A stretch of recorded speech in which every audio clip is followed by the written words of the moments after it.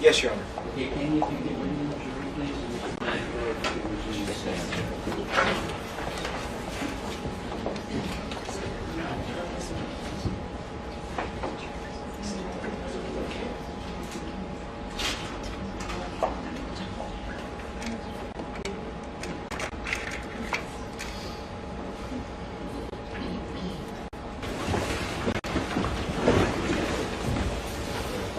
The twitching.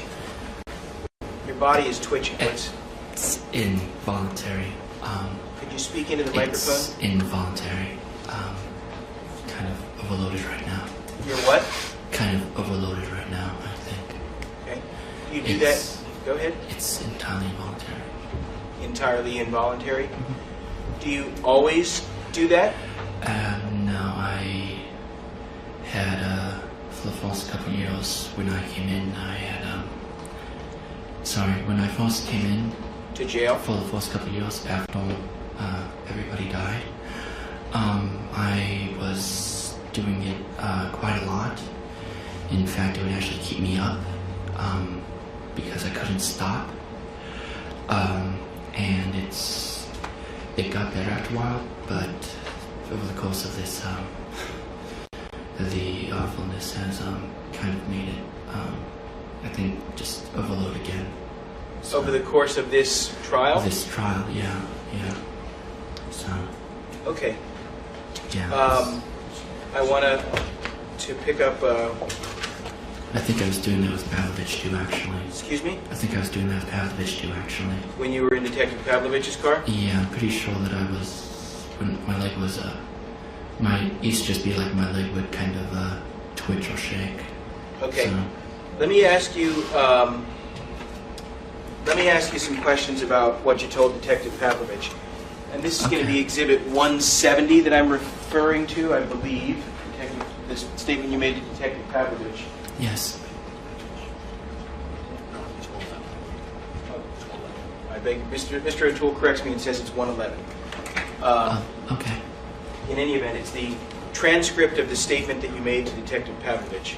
And I will just ask the court clerk to make sure I'm referring to the correct exhibit number. Let the record reflect that the prosecutor is giving me a look, indicating that he knows this off the top of his head. I'm at a lower pay grade. I'm sorry? 111? Yes. Thank you. I will own my faults. So, referring to the transcript of the statement you gave to Detective Pavlovich. First of all, I think it's been established that you were lying to him for a good portion of that statement. Is that right? Yes, I was. And that was something that you guys had decided to do, right? Yes, it was. Once you pulled onto that property, as you were pulling up to the property, at what point did you think, this is it, we either go in now or this is our last chance to turn around and go back? In fact, from the moment that we saw the black helicopter, it's like, okay. What does that mean? It's like, okay, you're going to need to... They're serious now, so we pretty much have to go over and do whatever, and if it works, then it works, and if not, then it doesn't. So you assumed that the folks in the helicopter had spotted you? Yes. And assumed that you were somehow related? It seemed that if we had turned around and went back, it would have seemed suspicious. Okay. So you got in there, I think it was Detective Chafee testified that he greeted you guys at the car, is that right? Yes. Did all his testimony seem about correct to you? Yes. Okay. And then you went up and I think we saw the video from the television news. Yes. And you got in the truck with Detective Pavlovich, is that right? Yes. Okay. So,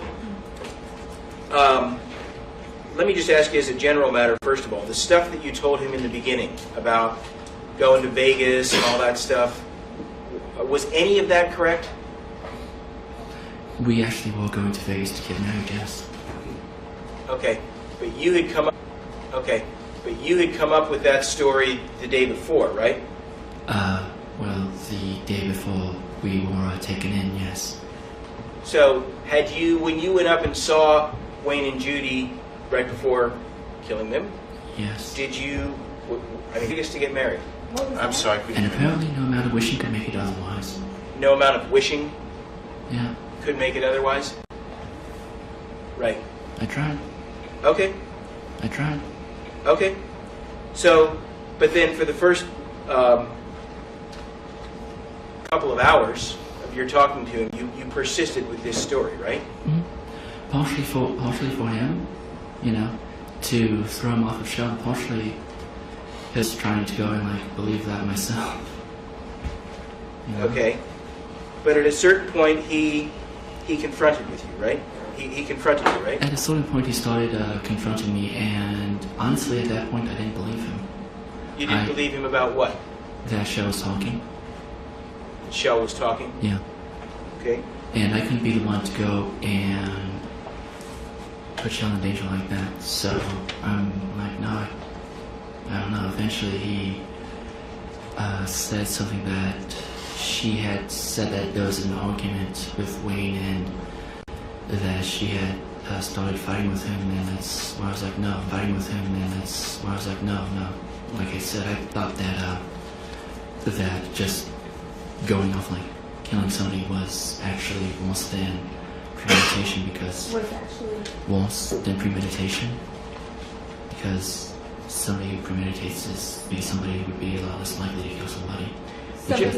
Would be a lot less likely to kill somebody because that's somebody who has actually, I would imagine somebody who had been like, okay, pushed to a point where they like kind of snapped, you know. Hey, Joe. Yeah. Did you really have all these thoughts about premeditation right before the crime? I mean, one of the big issues... Right before the crime? Yes. And in deciding what to tell Detective Pavlovich? In deciding what to tell him, yes. One of the big issues, obviously, at the first part of this trial, right, was Yes. whether you had premeditated or not, right? Yes. So we talked a whole lot about that. Yes. Had you really thought a whole lot about that? Yes. Had you really thought a whole lot about that? And whether it was premeditated or not, what that meant to the severity of the crime? No, it's one of those things where I just had, in the back of my head, I just kind of thought that if you had somebody who had premeditated it, would probably have some kind of reason as opposed to somebody who was just upset. And that's just some basic thing. Like I said, I didn't actually know one way or the other. You've studied a lot of things. You studied robotics and that sort of thing, right? Yeah, but I haven't studied law. Never studied law. But back in, I think it was 2005, you wrote in your journal, right? Yeah. About being concerned that somebody was going to attack the trailer or the mobile home where you guys were at Fall City. Yeah. And you had stomped around the park there with a crowbar. Yeah. And you had written, you know, if I do get arrested, paraphrasing here, this is going to be used against me at trial, premeditated murder. Actually, I think that I wrote that in response to a different incident, but yeah. Okay, but you had... And the other day.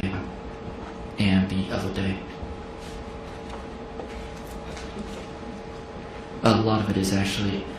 Here's the thing is that a lot of it sealed into my memory, okay? And those other parts that are just missing. So... Why are they missing? I don't know. They're just missing. I can't say why. They just aren't. Something you said the other day, you said, you know, well, at least they didn't suffer. Remember saying that? Yeah.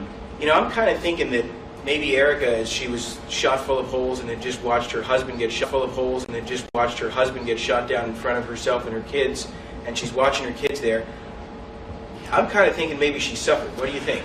She probably suffered during that, yes. I imagine that while watching Wayne die, I imagine that Olivia was suffering while she was there with a bullet in her and, or at least through her, and seeing her mom and little brother die. I imagine that Nathan was suffering during that period too. I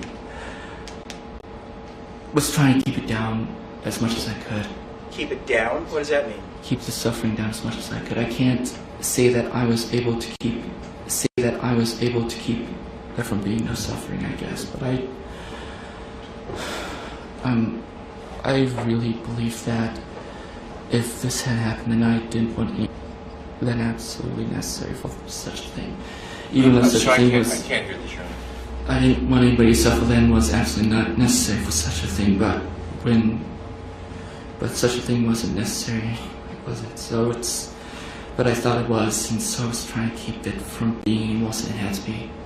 Even though I knew it was, I don't know, I didn't like it, but I didn't want it to be any worse than it already was. As Michelle was talking about this, and you were talking about this with her in the months leading up to this, was there any discussion of how she wanted to kill these people? Yeah, Erica she actually wanted to torture them, actually. She really wanted to hurt them. She was very angry at both of them, and I had managed to talk her out of that at least. Managed to talk her out of that at least, and that's another one of the reasons I was there, because I was concerned that left her alone, her anger might get the better of her, and she might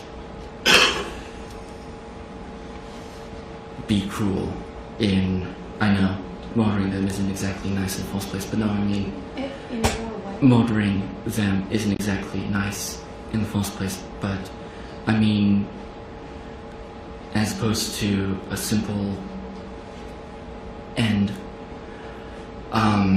like what she did with Erica, how she shot home a number of times.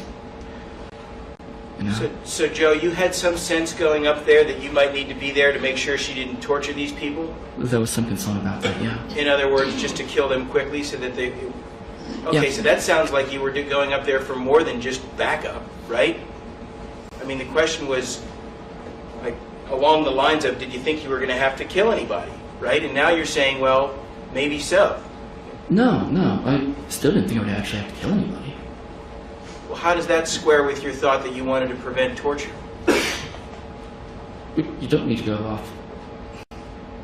No, I thought I could go off and prevent torture with my presence, not by killing them. By your presence? Yeah. I see.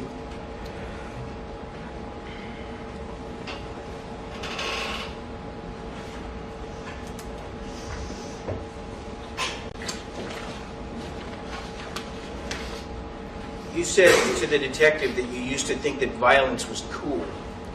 Tell us about that statement, and why did you think that violence was cool?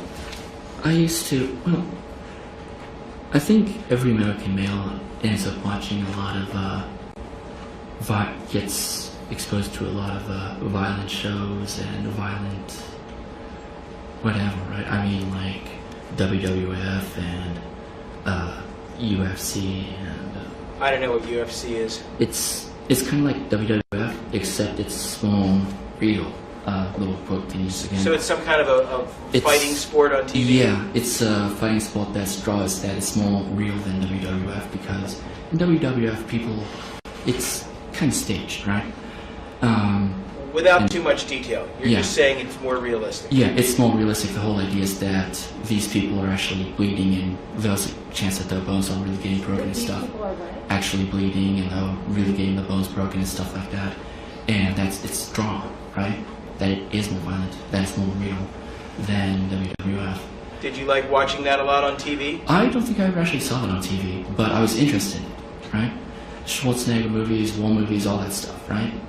And I can't, after that experience, like I said, even going off on like the little Lego guys running around with little blocks that look vaguely like guns, and, you know, blasting other Lego guys into little pieces with those, that was too much for me. To this day, I can't read. There are certain books that I just cannot read. I saw it in images that I just cannot come anywhere real. It's funny that you guys talk about The Crow. I don't think I could watch that now. Talk about what? The Crow, the movie, The Crow. I don't think I could watch that now. I don't think I could handle that now. There's killing in that. Yeah, and I don't think I could handle that now. Joe, did you used to dress up as the Crow as a child? For Halloween, well, not as a child, but as a teenager, for Halloween, Once or more than once? a couple times. It's my favorite color has always been black because I was born right before Halloween, right? And if you have a decent amount of black clothing and long black hair, well, I mean, you basically got the entire costume right there, don't you? Right. You know? Hurt me. What did you mean by that? I'm very reactive to other people's feelings. You what? And I'm very what? reactive to other people's feelings. Sensitive. It's a little ironic. Sorry, go ahead. Isn't it though? So I'm very sensitive to other people's feelings, and so I mean, a lot of what she felt, I felt. A lot of what I'd really subsumed a lot of myself to how she wanted me to be and to being what she needed me to be, what we felt that she needed me to be, and I mean, he really chipped away almost everything about me until I was really her attack dog when this stuff happened. Guard dog, when this stuff happened. Guard dog? Yeah. Like I said, I used that term because she trained me like she told me that she was training me like a dog. But afterwards, she'd be so nice. Joe, you, Ow. well, I guess the question is, how long did that go on? How long did you continue to feel like you were one person with her?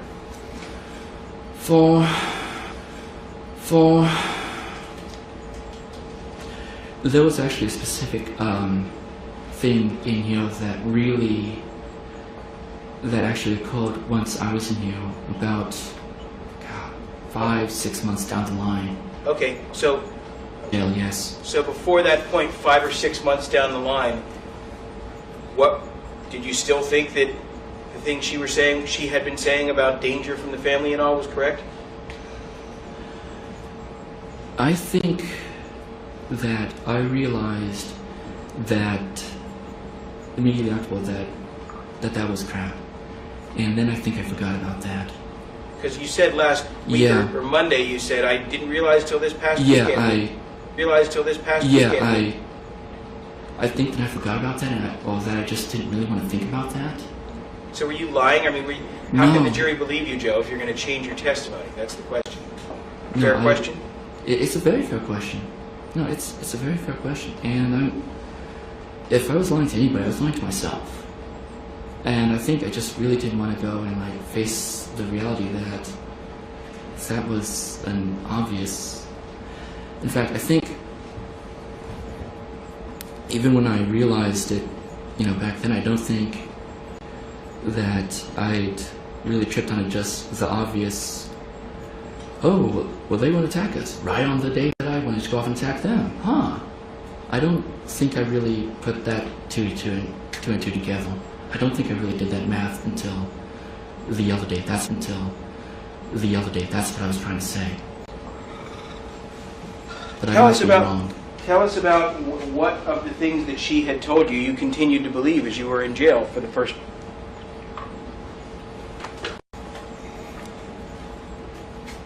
Did you still believe that? I still believe that she actually had been really badly abused, even to the point of psychological torture when she was young, for example. And this is one of the things that I thought that she had sold me on Nathan and Olivia being false through. And things a lot that she was unwanted, that she was really kind of despised by her family. Did she tell you that she didn't have birthday parties or something as a child? Yeah, that she was just kind of really shoved off to the side, and that she was seen as basically extraneous, just unnecessary. Nobody really wanted her around, which ironically I felt a lot of resonance to, and really louder, please. Sorry, which I ironically felt a lot of resonance to, and really tried to. I really believe that because she was so. I don't know. She seemed so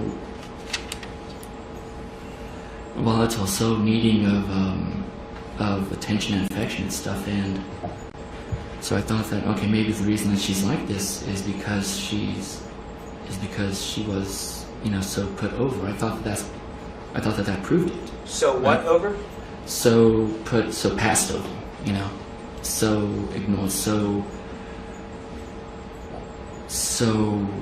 devalued.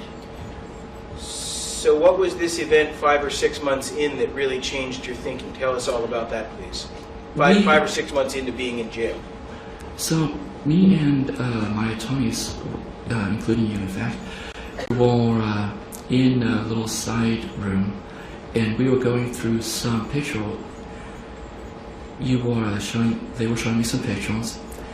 One of them involving this elaborate birthday party with this just elaborate, beautifully made cake that someone had obviously put a lot of work and effort into. Joe, in general, what were these pictures of? Before we get to this specific one. Okay. What, in general, were the pictures of? They were pictures of Michelle's youth. So, like, family photo album? Yeah, it was like a family photo album. Okay. And what did you see and what did you think?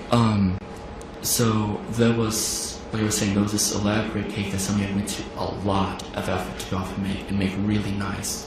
There was this elaborate little bed that I remember was saying that she had made for her cat. There was this elaborate little bed that I remember was saying that she had made for her cat. But in this particular sequence, it was being shown as they made it, like they gave it to her, and it was really beautiful. And it's like, and every picture was, home happy and home with her family, and then like really showing her a lot of. Showering her with love and affection and attention. I'm just like, what the hell is this? What was your reaction? I slammed my head into the table, and I couldn't raise it for about. Slammed my head into the table, and I couldn't raise it for about 10 minutes. I was so overcome, just like, this was all bullshit? Nothing? Absolutely nothing? Are you fucking serious?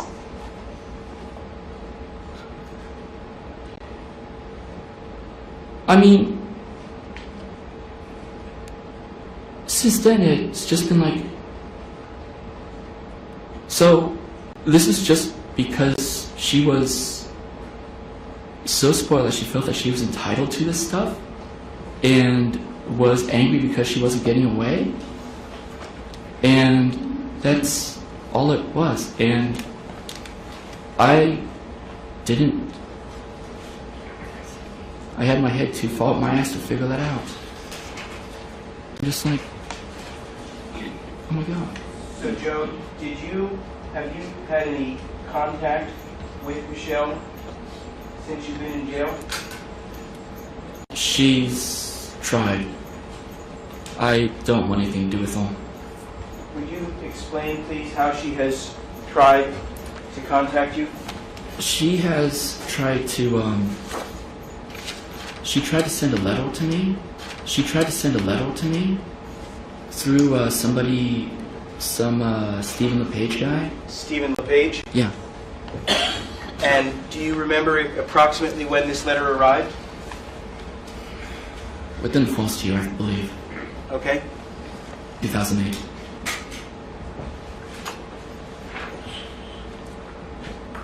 I'm showing. Defendants Exhibit 304, Thank you. I'm showing you what's been marked Defense Exhibit 304 for identification. Mm-hmm. Do you recognize that? Yep. What is that? That's Michelle's handwriting. That's the letter she sent through me. I mean, through Stephen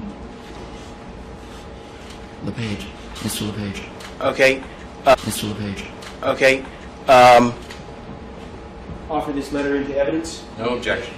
Okay, 304 is amended, thank you. Okay, so, Joe, I want you to look at 304 there, and I want you to just, first of all, flip to the second page of it. And what does that show? Second page? The envelope. Is there a return address on the envelope? Yes. Would you just read that into the record, please? Stephen LePage, 4017 Camelot, number 4. Memphis, Tennessee, 38118. There is no note as to whether Camelot is a road or an avenue or just Camelot. That's fine. Is there a date on the top of that letter? The top of the... 28th July 2008. is there a date on the actual letter itself? 7/21/08. Okay. Okay. I would also note that the letter itself has been, there's tails at the top and bottom. Like, Okay. I know that this particular, we're able to get legal pad. We were able to get in regular size sheets of paper. This was actually a legal size sheet of paper originally. So are you still allowed to have legal-sized sheets of paper in the jail? Yeah. I mean, no, we're still allowed to buy legal size sheets of paper. I see. Yeah, but this is, and it's actually the same kind. So this was actually originally legal size sheet of Okay. paper. Were you allowed to have contact with Michelle then? No, nor did I want it. Was there some kind of no contact order in effect? Probably. Okay. I want to put the actual exhibit on the elbow, and I have a copy of it, and I would like you to just please read what she wrote to you on this letter. Okay. You would please read it as... Okay, I was just waiting for you to tell me you were ready. I'm ready. Just make sure you keep your voice up and go slowly enough.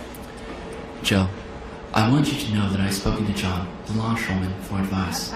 I wanted you to know that I had spoken to John, the longshoreman, for advice. John is a friend of that gentleman that is nicknamed Crow. Hold on, Joe. You got to slow down. John is a friend.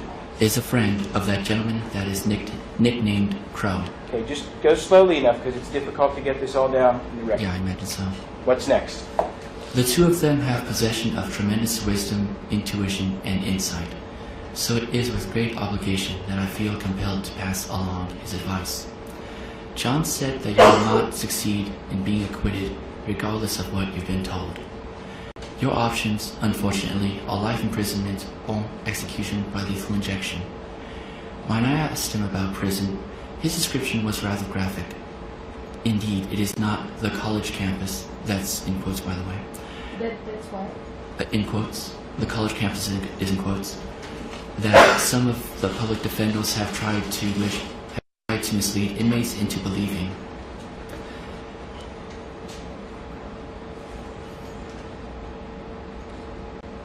But you don't have to take my second-hand advice.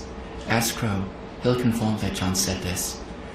You really should contact Como and tell him that you are looking for a private attorney. You have enough money to obtain one, despite what others might believe. People are either ignorant of the cost, or they don't want to see anyone receiving fair legal representation. Slow down a little. Yes. I heard that the keep separate order only applied to physical proximity, but at any event had expired because new counsel had been sought by a co-defendant. Had expired? No. Because new counsel had been sought by your co-defendant. Sought. I also heard that it had been forged anyway. I asked John about this, and he said that there is no law that existed that stated that it's mandatory for co-defendants to be separate and tried individually.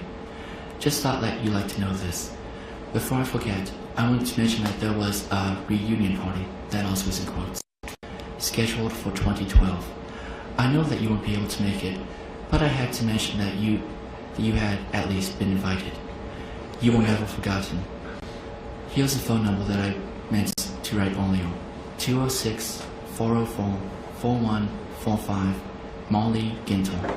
Marley? Gintel. MARLEEGINTER.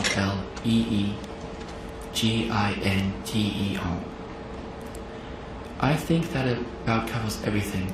Well, I know of two very critical things that that you need to know, but they can't be put into writing. We'll figure something out. Let me know if you think of anything.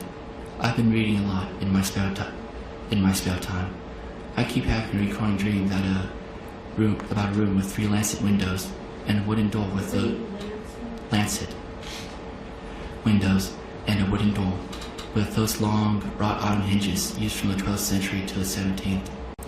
It has a transom window above the door. It has what? A transom window above the door, inlaid with a stained glass design. The room is almost completely bare, with the exception of a Barcelona chair and a stone dais of sorts. D-A-I-S. I'm not sure if I pronounced it I correctly. didn't hear it. D-A-I-S. I'm not sure I pronounced that correctly. The whole room is made from stones, actually. It looks very much like a castle on the inside. I don't mean to bore you. I just thought you'd like to have something to read. I can't think of anything else. Take it easy. S. So, Joe, what did you do when you got this letter? What did you do with it? I think the first thing that I did was note that she didn't actually say that she loved me at any point. But what I did with it is I brought it to my attorneys. Brought it to your attorneys? Yes. And who is John the Longshoreman? John is the name that she has for her spirit guide. My understanding was that it was Stephen, but whatever. I'm sorry. Understanding was that his name was in fact Stephen, but whatever. You thought his name was Stephen? And that's Spirit what I guide? told her. Turns Yes. out to be John. How do we know he's a longshoreman? By his dress. By his dress and attitude. Is this something she described to you? Actually, it's something I described to her. You described that to her? Mhm. How did you learn what John the Longshoreman looks like?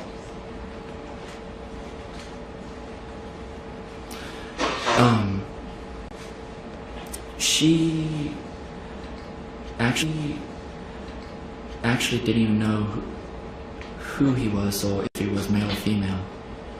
She has a really hard time. She said that basically it's because she has such a hard time trusting anybody. And so she asked if I could see, and so I did so. How And- exactly did you try to see this through Crow? I don't know if I can particularly describe it any better than just an image in my head. And did you say, hey, he looks like a longshoreman? I described what he looked like as far as I could, which is, shall I? Sure. Go ahead and please describe what he looks like. Okay. I described him as being somewhere between 5'10" and 6 feet.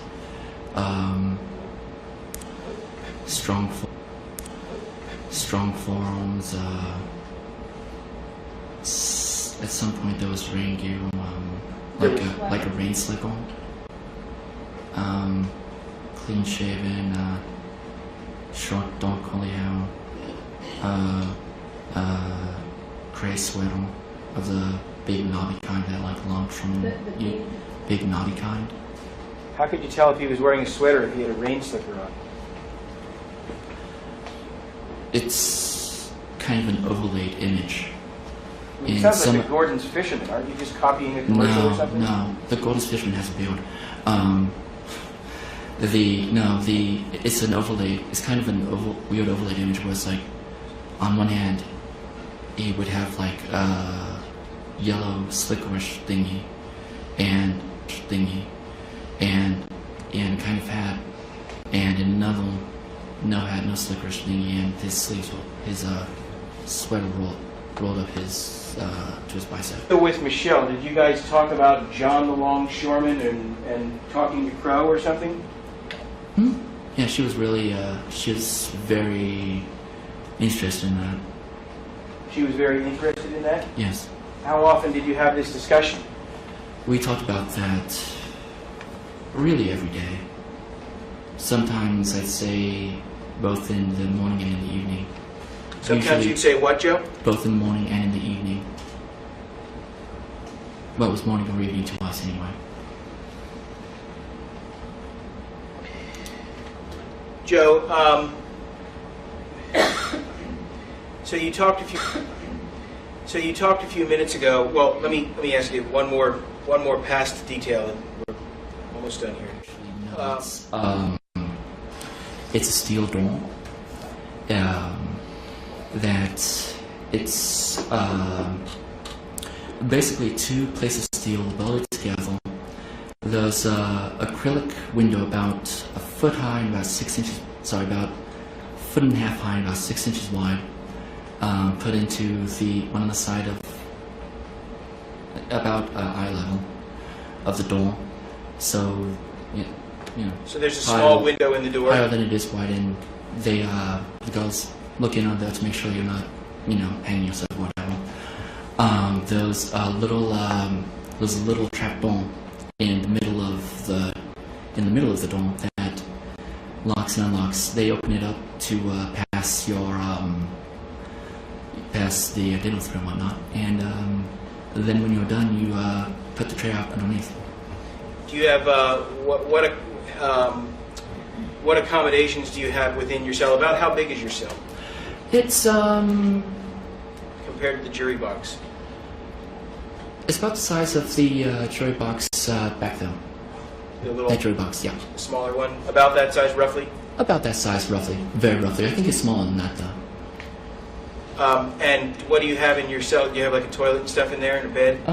I have a toilet, a sink, a bed, a stool, and a very small table about the size of, actually smaller than this. Small table.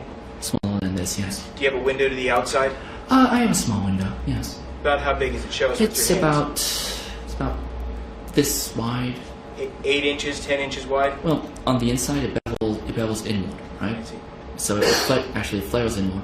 So on the inside it's about 8 inches. On the outside it's about 3 inches.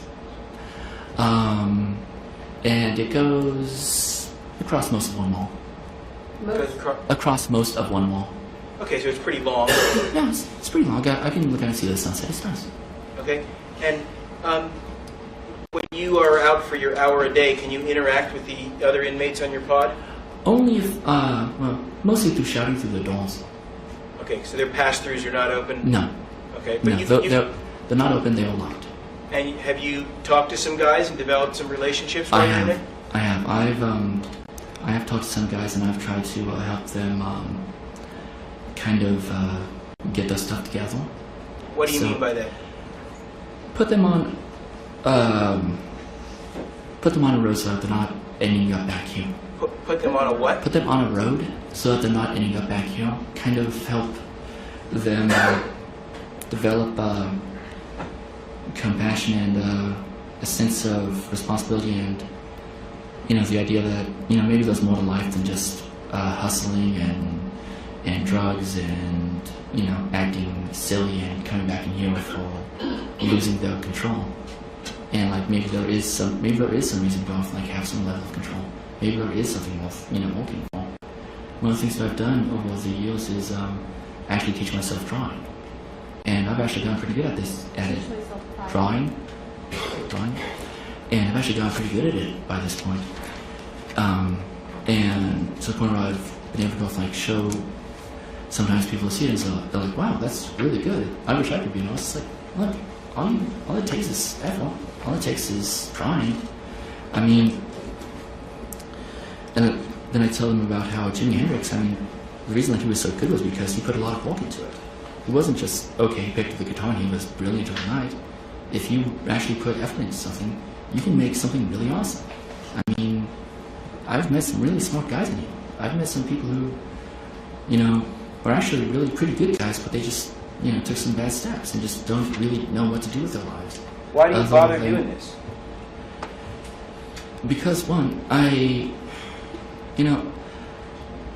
they deserve to be helped if possible, and not only for their sake, but for the sake of the people that care about them and the community at large, and also because I have this burden of I made this horrible loss to the world, and if I can go off and do anything to repay it in any way, shape, or form, I should be doing so. And I view this as making some effort towards doing that. I mean, it seems absurd, but in my own little way, I'm trying to go off and help kind of save these people's lives from being, if nothing else, stupid. Or at least immune, you know? Do people ever listen to you? Sometimes. I don't do it with everybody because, you know, most people aren't really inclined to listen, and some people are actually, you try and help them and they decide that this would be a good thing, that they're more interested in turning to the prosecutor and trying to like sell me out for trying to help them than actually doing anything with their own lives and trying to get better themselves. But fortunately that hasn't happened too many times, but it makes it really hard for me to go and try and help edify people. Still, I do try when I can. When I get somebody who really seems like they listen and who I respect and who I think respects me enough to listen. So. Joe, I'm going to show you what's been marked Defense Exhibit 305 for Okay. identification. Do you recognize what that is? Yeah. What are those? Just flip through. I don't need a detailed description of everything in that packet. I'm asking you generally, what is that? So far, these are all pictures I did. Okay. Pictures that you did here in jail? Yes. Tell us, what medium do you have to work with? I were able to go off and get sketch pads, which is paper like this, and I work with just regular pencils, half-size pencils, and regular eraser. I also use a piece of newspaper that's been rolled up, and I use that for smudging, or sometimes I use a little piece of toilet paper for smudging and smoothing details. Okay. So do you recognize those as drawings that you've done here in jail? Mm-hmm. Okay.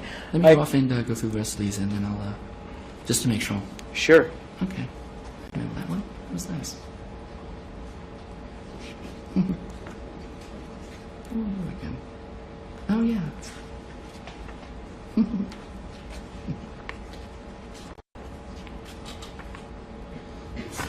Okay. I would offer Exhibit 305 for admission into evidence. Any objections for Well, ordinarily, Your Honor, I wouldn't, but I couldn't tell from Mr. McEnroe's reactions whether he was recognizing these or not. Yes. Do you, Yes. do you I recognize can every? roll those. No You- objection, Your Honor. Okay, thank you. Thank you. 305 is admitted. And I'm not going to pass every one of these around to the jury. I just want to put a couple on the Okay. Elmo to give them a sense Maybe what like. what it is you're drawing. Okay.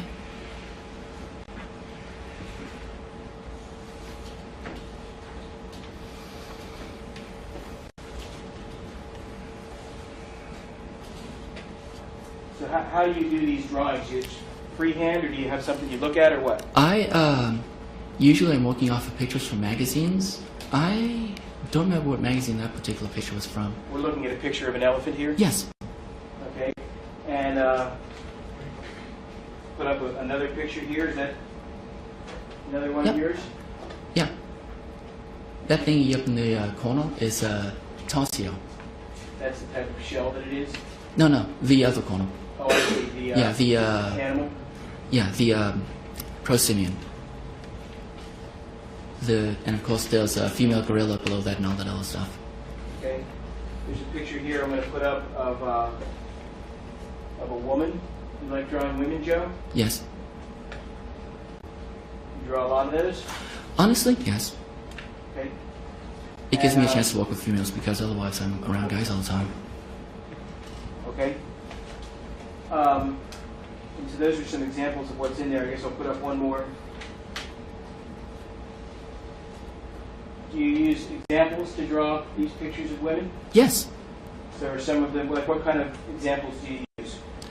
That one in particular comes from a recent magazine article of Shailene Woodley. She was apparently in this movie, The Fault in Our Stars.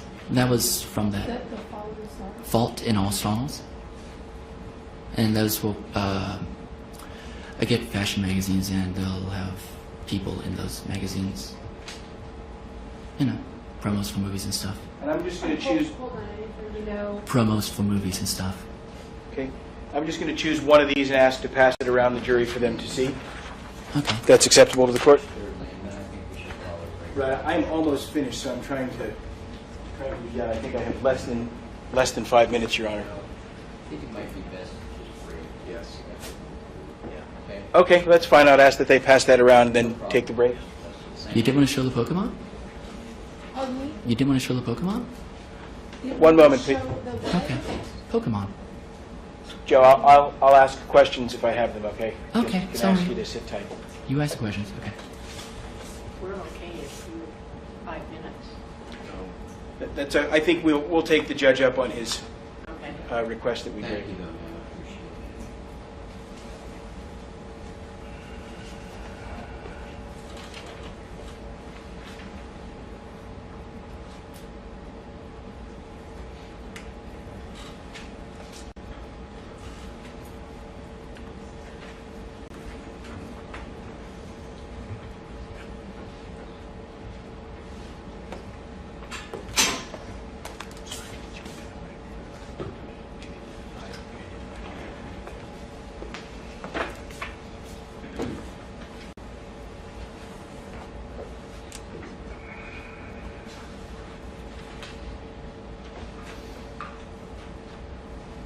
Thank you. And as the jury just passed this around, I just want to identify for the record which drawing that was. Joe, would you just please describe what's depicted in that particular drawing? Okay. In general terms, not with too much detail. There was some gal, and then there's a The frog. gal referring to a woman? Yes, Rachel Nichols, in fact. Your Honor, may I interrupt just for a second? Is there a production number on the bottom right corner? No, There's not? no. I think that the way these were marked was...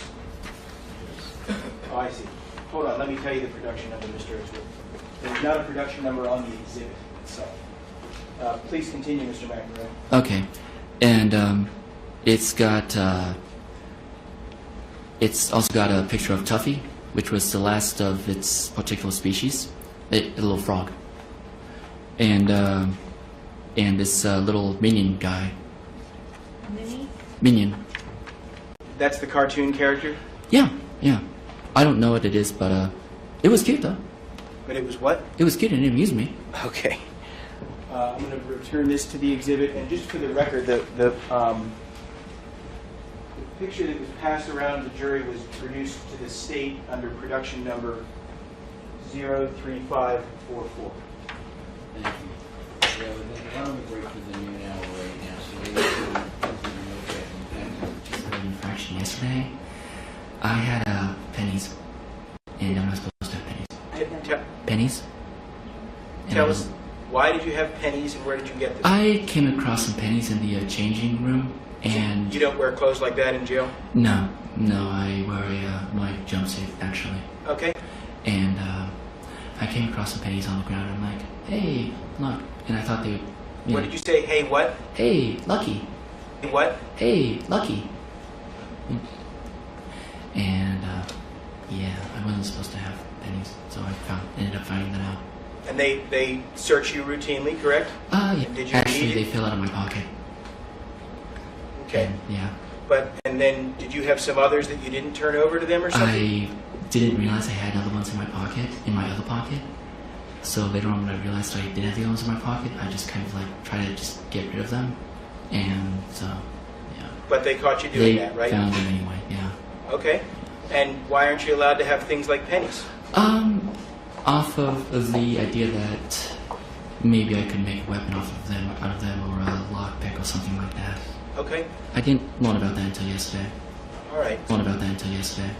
All right. So- But you know that you're not allowed to have things like paper clips and staples, right? Yeah. So that would stand to reason, pennies. Well, I guess. Yeah. Okay. Fraction. I think maybe a year and a half, 2 years ago. Okay. And what have your other infractions been for? My other infractions have been for pretty minor things. Having too much stuff in my room. Like what kind of stuff? Books, magazines, Okay. stuff. I think one time it was for not making my bed at the right time. Yeah. And one time is for drawing nudes. And I think that's it, actually. Okay. So Joe, you said that you don't like to waste resources earlier. Mm-mm. If that's the case, why not just plead guilty? Why all this? Why this? Because even if I pled guilty to execution, even if I pled guilty to death, we still have to go through this penalty trial anyway, and all the stuff that didn't come up in the first trial would still come up in the second trial. So we'd still have to go through all this anyway. So is this and nobody wants to deal with that. Nobody should have to see that. So I tried to avoid but that. Joe, is this a discussion you've had with your attorneys about whether to? Have you thought about volunteering for execution? Yes. Do you understand that you're not allowed to choose your penalty when you do something like this? Yes. Okay. And have you tried to plead guilty to life without parole? Yes. To how many counts? How many counts? All. 6. Everything? 6, yes. Okay. And how many times have you? Well, let me ask you this: have you discussed that with your attorneys over the years? Yes, several times. Okay. What was the earliest time you remember being willing to do that? I believe possibly June 2008. Okay. Have you ever been unwilling since that June 2008? Have you ever been unwilling to plead guilty to life without parole? No, You've always been willing to do it? absolutely. Okay. You also said that when you came into the jail, you were suicidal. I was, yeah. My entire self broke down. Yeah. And was there something that caused you to think maybe you shouldn't kill yourself? I had actually talked with one of my attorneys, that's Miss Ross, Miss Catherine Ross, and she had said that, you're not a lost cause. You can still do some good, and even in the world of prisons and stuff, and still help people, be better people and stuff. And just it's like, oh, okay, it's not a total waste. There can still be some hope of redemption. I'm not a total waste, and there's still some hope of redemption. And it's like, oh, well, that's okay then. Why do you want redemption, Joe? Because I need to go off I need to offset this horrible thing in some way, and if I can, but try to make some. It's not like if I do there's anything I could do that would go off make this not bad, not absolutely awful, but if I can offset it a little bit and do something to make some good out of it, that would be. It's really important. I really have to try and do something to balance the scales. Do you think you can balance them? No. There's no way if I lived 100 lives I could do that. No, I can't take back what. Even if they are recycled and reborn, it doesn't change what I took away from these people. It doesn't change the pain that I brought on these people, and it doesn't change the damage that I did, all the losses that I caused. I have no further questions. Thank you. All right. So, ladies and gentlemen, that concludes the direct examination of Mr. McEnroe. Due to some scheduling difficulties, we have a different witness that we plan to put on Monday. So what we're going to do is we're going to interrupt Mr. McEnroe's testimony at this point in anticipation of taking that witness on Monday, and then resuming with Mr. McEnroe's cross-examination first thing Tuesday morning. At least that's the game plan at this point in time. So we're going to excuse you to the jury room, and then we will release you early for the day, and we will see you back here on Monday morning and pick up with that new witness that I told you about. Again, please resist the temptation to talk to anybody about the case over the weekend. Please don't do any your own research and the like, and we will see you back on Monday and pick up where we left off. Thank you very much. Have a good weekend.